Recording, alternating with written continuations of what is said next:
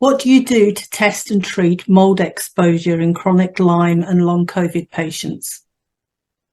So mold exposure, mold toxicity comes in a couple of forms. You can have mold allergy, or you can have these mycotoxins, which are very resilient chemicals that course through our bodies.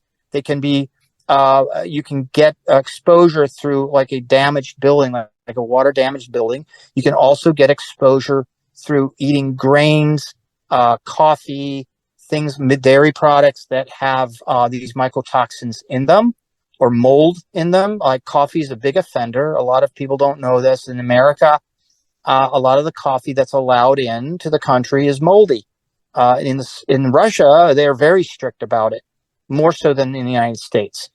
And some of our grains are repositories for mold.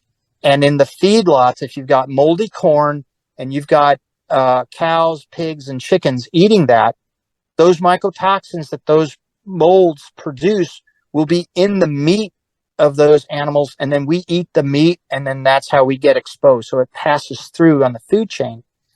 So identifying that will start us on the road to detoxifying or removing those mycotoxins, if at all possible, with binders.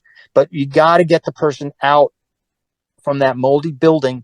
So check their house, check their workplace, check their car by a certified mold inspector, and they've got to get out of that environment. Otherwise, you're spinning your wheels.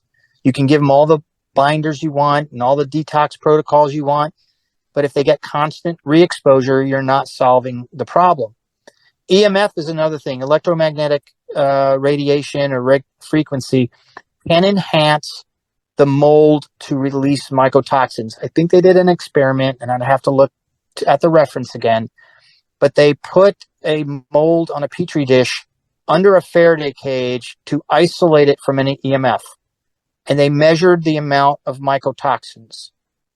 Then they removed the Faraday cage and they exposed the same mold to high doses of EMF by using Wi-Fi routers or electronic devices. And apparently there was a 600-fold increase in mycotoxins released from those molds just from the EMF.